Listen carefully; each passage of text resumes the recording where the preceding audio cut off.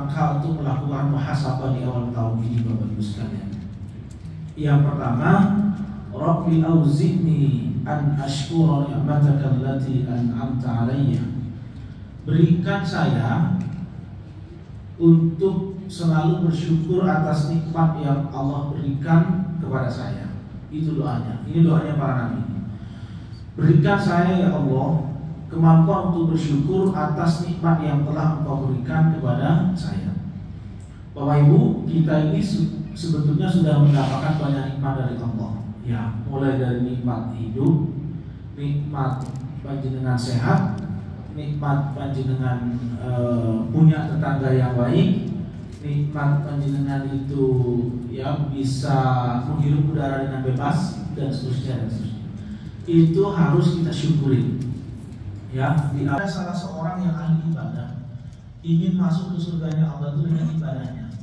Kata Allah enggak, udkhulil jannata bi rahmati, masuklah kamu kepada surgaku karena belas kasihku kepadamu. Dia tidak mau seorang hamba ini, tidak mau ya Allah. Untuk apa saya sholat? Untuk apa saya puasa? Untuk apa saya haji dan sebagainya? Kalau masuk ke surganya engkau itu hanya sekedar belas kasihan, bukan karena ibadah saya. Kata Allah enggak, karena ibadah, karena rahmat saya, karena kasih sayang saya, bukan karena ibadahmu kamu masuk ke surga itu. Orang ini tetap gak mau. Selama kamu hidup sekian, nikmat yang aku berikan kepadamu satu saja. Apa itu? Nikmat mata. Ternyata setelah ditimbang itu, ya jomplang, apa jomplang itu? Bedanya jauh banget. Kata Allah, saya nggak kasih mata. Di mana kamu bisa beribadah kepada Allah dengan sempurna? Nggak bisa. Panjenengan itu bisa ibadah hari ini, datang subuh-subuh ke masjid ini karena jenengan punya mata. Coba oleh Allah nggak dikasih mata, apa ia bisa sholat di sini? Nggak bisa. Kata Allah, kamu bisa haji itu karena punya mata, bisa melihat. Gimana kamu bisa beribadah kalau kamu udah punya mata? Susah. Kata Allah, kamu bisa menikmati karena kamu punya mata. Kalau kamu udah punya mata, kata Allah, nggak bisa kamu itu bisa menikmati indahnya alam dan seterusnya. Kata Allah, ini baru mata, belum nikmat-nikmat yang lain. Akhirnya seorang hamba ini kemudian mengakui, iya ternyata nikmat Allah itu jauh lebih besar daripada ibadah yang sudah kita lakukan.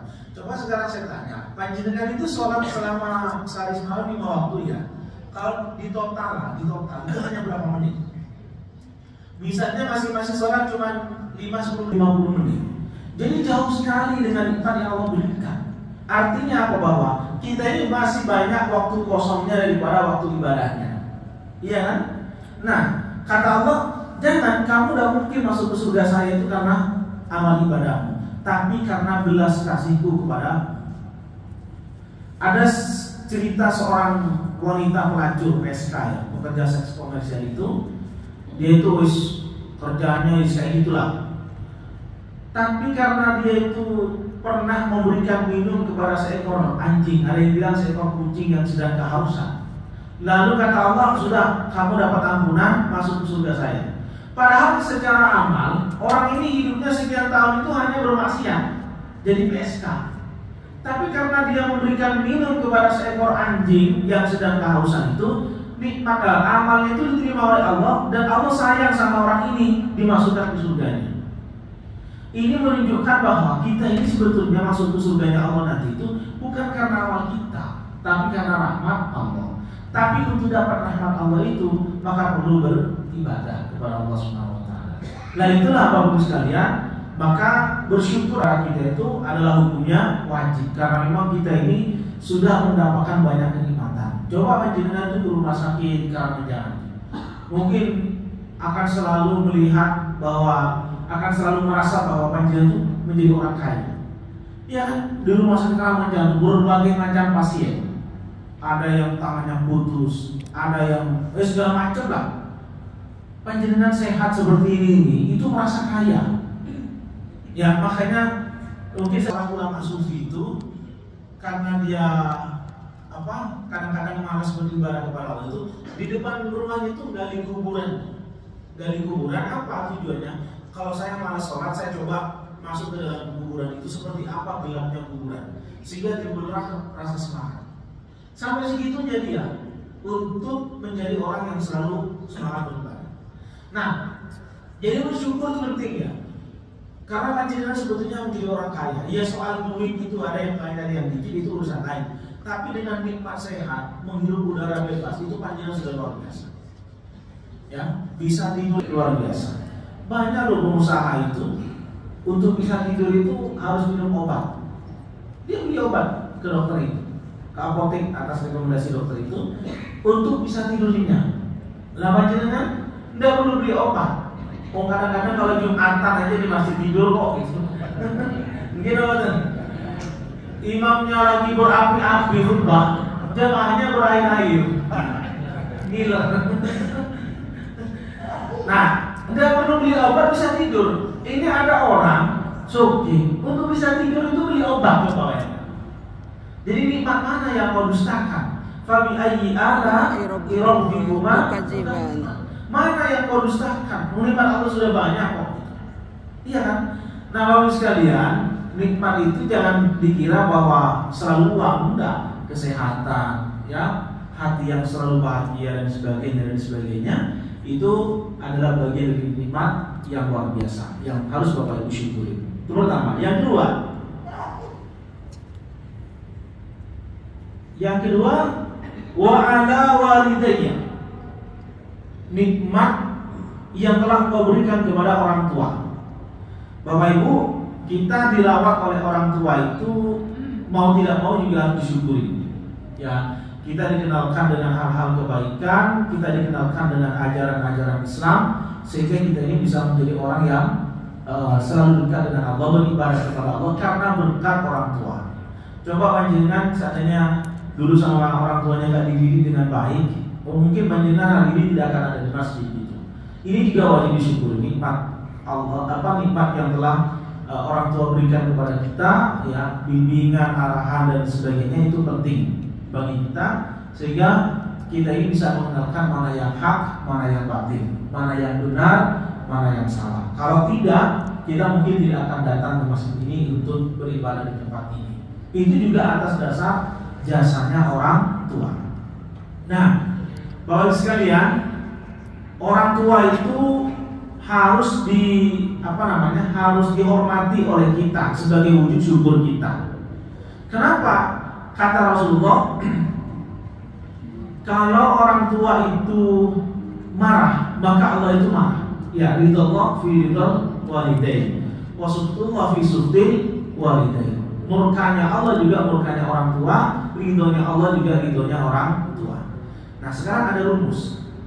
Kalau anaknya nakal, orang tuanya marah, kira-kira Allah marah atau bodoh? Pasti marah kan? Kan rumusnya Allah marah kalau orang tuanya marah kan gitu ya Bu ya. Nah, sekarang anaknya nakal dan orang tuanya marah, Allah marah apa enggak? Marah. Yang kedua, anaknya nakal tapi orang tuanya tidak marah, dia ridho dengan kenakalannya itu. Allah ridho apa enggak? Ridho. Berarti kuncinya kan di orang tua. Nah, makanya Bapak Ibu sekalian, semarah-marahnya orang tua, jangan pernah mendoakan yang jelek kepada anaknya, karena itu bisa menjadi doa. Orang tua itu nggak usah doa khusus, ngomong saja itu bisa menjadi doa. Kata Nabi, apa yang disampaikan orang tua kepada anaknya itu seperti doa saya kepada sahabat. Artinya apa? Bahwa cepat diterima oleh Allah Subhanahu Wa Taala. Kadang-kadang kita kalau lagi marah itu ngomong sembarang kali, padahal itu menjadi doa. Dan doanya panjenengan itu akan didengar oleh Allah Subhanahu Wa Taala. Maka dari itu, Bapak sekalian, jadilah orang tua yang mampu menahan apapun dalam situasi apapun, mampu menahan amarah. Karena amarahnya orang tua ini bisa mendatangkan murkanya Allah Subhanahu Wa Taala. Itu Bapak sekalian ya. Yang kedua, yang ketiga, wa an a'mala sholihan tardha, bisa beramal soleh yang diridhoi oleh Allah Subhanahu Wa Taala. Bapak Ibu, tidak semua amal soleh itu diridhoi oleh Allah. Loh kok bisa Ustaz? Iya. Panjenengan datang ke masjid ini dalam rangka ibadah sholat subuh, itu amal soleh atau bukan? Amal soleh, gitu. Tapi apakah diridhoi oleh Subhanahu wa taala? Belum tentu. Karena syarat dapat ridhonya Allah itu 3. Pertama, harus ikhlas, tulus niatnya. Yang kedua, sabar. Yang ketiga, berdasarkan ilmu pengetahuan. Ini 3 ini syarat menjadi amal soleh. Ada orang datang ke masjid ini yang memang ortodoks. Daripada tetangga sebelah masjid semua kita melo-melo ayam. Tapi lumayan lah itu udah bagus gitu. Tapi daripada enggak, ini kan berarti ketulusannya tidak 100%. Yang kedua, sabar. Ya, sabar dengan situasi dan ujian yang dihadapi. Yang ketiga, berdasarkan ilmu pengetahuan. Ya, karena orang beribadah yang berdasarkan ilmu itu pasti ditolak dan tidak berkualitas. Ada cerita ya, ada di dalam masjid itu ada 2 orang. Ada yang sedang tidur, ada yang sedang ibadah. Setan itu tidak berani masuk. Lalu mereka tanya, kenapa kamu tidak berani masuk ke masjid? Kata setan itu, saya tidak berani masuk itu bukan karena orang yang sedang sholat, tapi karena orang yang sedang tidur. Kenapa? Itu yang sedang sholat itu asal-asalan, tapi yang sedang tidur itu dia pakai ilmu pengetahuan. Maka saya lebih takut dengan orang yang berilmu daripada orang yang sedang sholat yang tanpa ilmu pengetahuan. Maka syarat amal soleh yang diridhoi Allah itu 3: tulus, ikhlas, sabar, dan berdasarkan ilmu pengetahuan. Ya, saking semangatnya habis sholat subuh sholat lagi. Ini saking semangatnya. Nah, ini dan diterima oleh Allah karena tidak punya ilmu pengetahuan. Saya pernah Pak lihat, tapi di video ya, ini benar apa tidak tahu. Orang tuanya meninggal, anaknya itu pulang dari luar kota gitu, dari luar pulau datang gitu. Saking mungkin ininya kupo itu keburu-burunya atau mungkin dia lupa, saya tidak tahu. Sholat itu sujud, sholat jenazah itu sujud. Ya orang-orang ketawa di samping sholat apa itu. Terus ketika ditanya, dia bilang, ya saya banyak dosa sama ibu saya, maka saya sujud sholatnya. Ya tidak bisa sholat jenazah mau sujud itu. Sholat jenazah itu tidak perlu sujud. Kalau Anda merasa punya bersalah, ya bacakan doa saja kepada orang tuanya itu, mudah-mudahan diampuni oleh Allah Subhanahu wa taala. Nah, itu ya Bapak sekalian. Yang berikutnya, wa aslihni fi dzurriyyati. Terutama yang sudah usia-usia 40 ke atas ini harus berpikir tentang anak dan cucu. Jangan hanya berpikir untuk dirinya toh. Ya, harus berpikir tentang anak dan cucu. Artinya bahwa anak saya, cucu saya nanti kalau saya sudah meninggal dunia, kira-kira bisa hidup mandiri apa tidak? Kira-kira bisa hidup eksis apa tidak? Maka harus dipikirkan mulai sekarang. Orang tua yang baik itu Bapak Ibu sekalian, orang tua yang sudah mengingat orang-orang itu harus merasa was-was, merasa takut meninggal karena anak cucu yang lemah. Lemah apa? Pertama, lemah iman. Jangan sampai panjenengan meninggal itu anak cucunya itu lemah iman dan kemudian menjadi murtad. Itu jangan sampai. Maka dikuatkan. Ini modal paling utama. Anak yang beriman ini modal yang paling utama. Yang kedua, ad-dhaful ilmi, lemah ilmu pengetahuan. Jangan sampai meninggal anak cucu yang dalam keadaan tidak berilmu. Apalagi 2045 nanti menjadi Indonesia emas katanya. Zamannya sudah berubah. Kalau anak cucu kita tidak update ilmu pengetahuan, dia menjadi orang yang terbelakang. Tidak usah jauh-jauh lah, Bapak Ibu. Saya yakin panjenengan itu kalau urusan gadget handphone ini lebih pintar cucunya daripada panjenengan. Gitu Pak. Anak sekarang itu Pak, usia SD SMP udah canggih betul. Main ini udah bisa. Mbahnya tidak bisa apa-apa itu. Mau beli pulsa aja minta dikirim. Itu menunjukkan bahwa dunia sudah berubah. 2045 nanti kita ini sudah ketinggalan zaman. Kalau panjenengan itu tidak menyiapkan anak dengan baik, pendidikannya tidak diperhatikan, yang kasihan anaknya jenengan itu menjadi orang terbelakang. Itu. Karena kita sekarang sudah memahami, kita dengan anak kita sekarang aja sudah ketinggalan jauh. Apalagi 2045 masih 20 tahun lagi. Dunia akan semakin berkembang dan semakin jauh. Nah, kalau panjenengan tidak siap, ya ditinggal oleh zaman. Atau mungkin panjenengan juga dibohongi oleh anaknya.